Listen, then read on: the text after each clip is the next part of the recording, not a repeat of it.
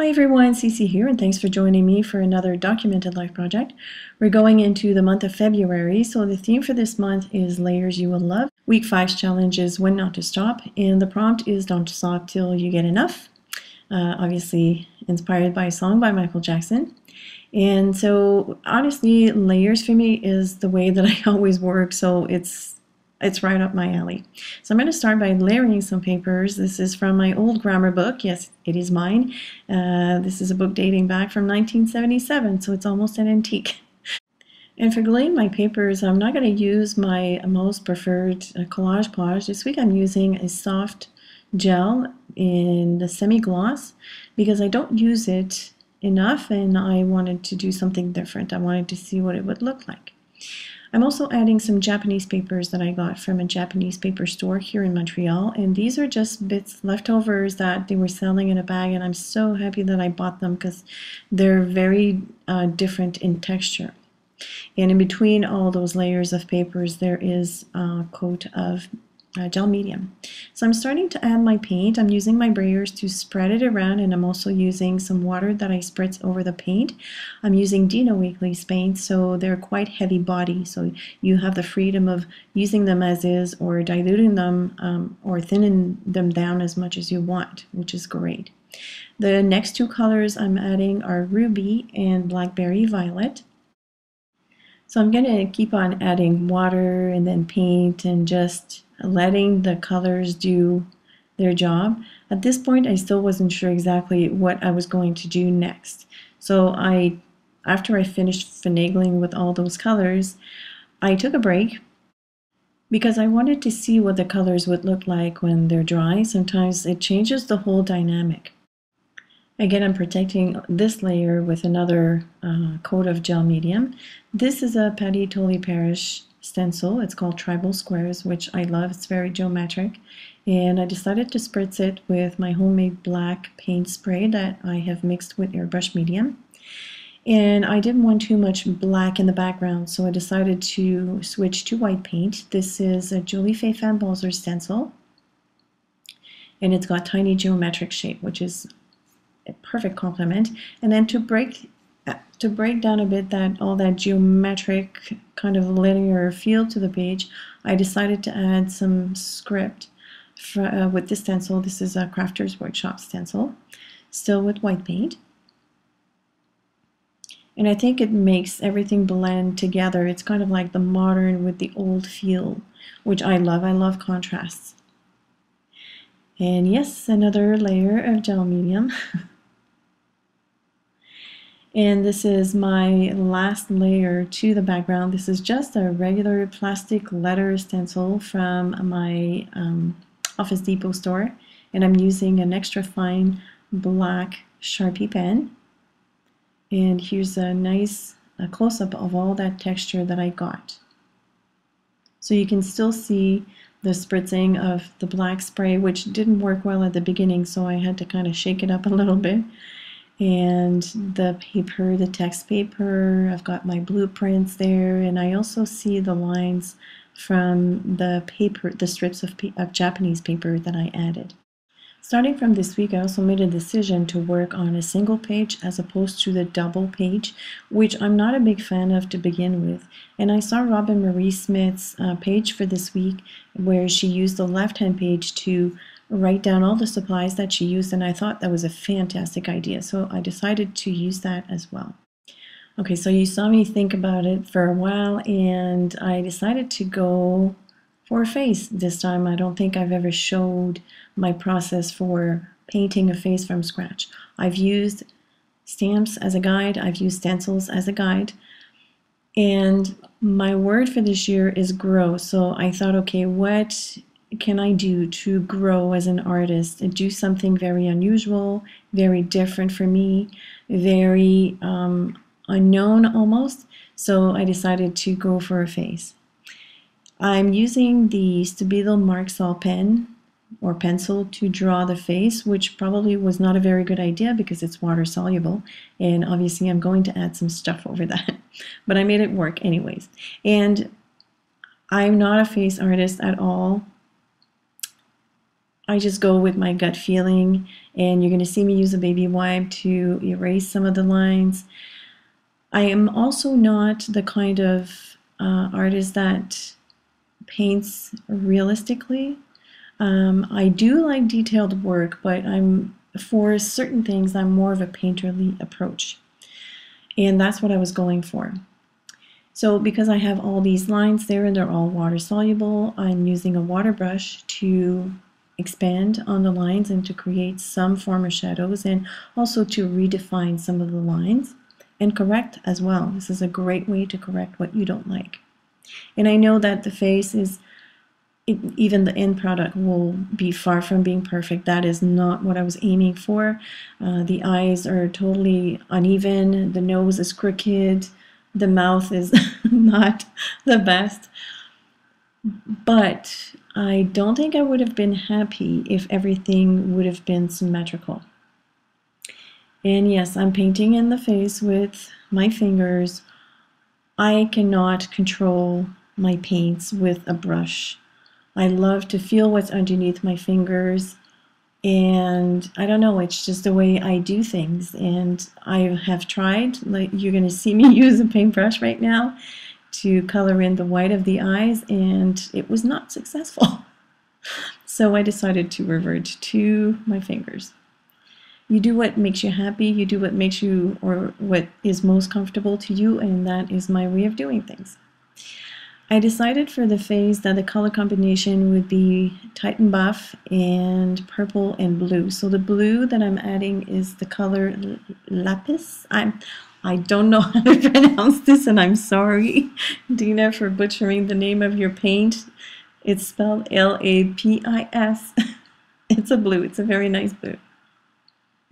So these are going to create my shadows, and the highlights will be done with some white and Titan Buff.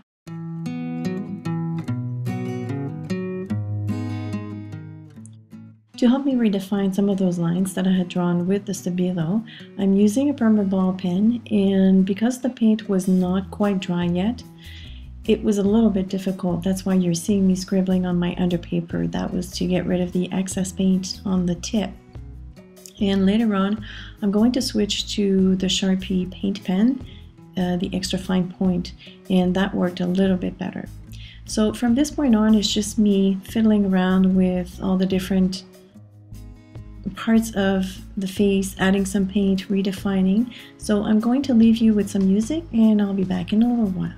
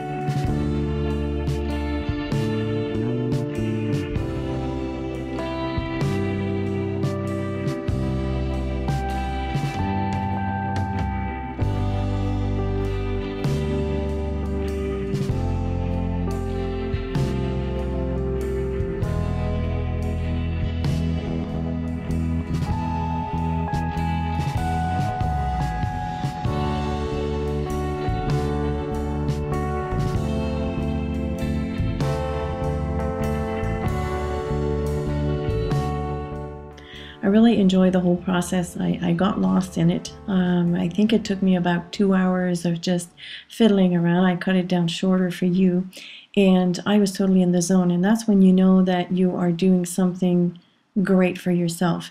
You're creating from deep within. And by me showing you my process, I'm also making myself very vulnerable, because in no way is this a perfect drawing. I didn't study drawing or painting, so no background in arts whatsoever, but I'm still giving myself permission to put it out there and to give a voice to my art. Whether people like it or not is not really the impetus for doing this. It's all about sharing and hopefully motivating people to put some paint onto paper. So here is my supplies list page on the left-hand side, and I thank you again, Robin Marie Smith, for coming up with this idea. I'm going to keep doing that in the future. And that is pretty much it for today. I hope that you've enjoyed this. If you have any questions or comments, feel free to leave them below, and I will see you soon. Bye!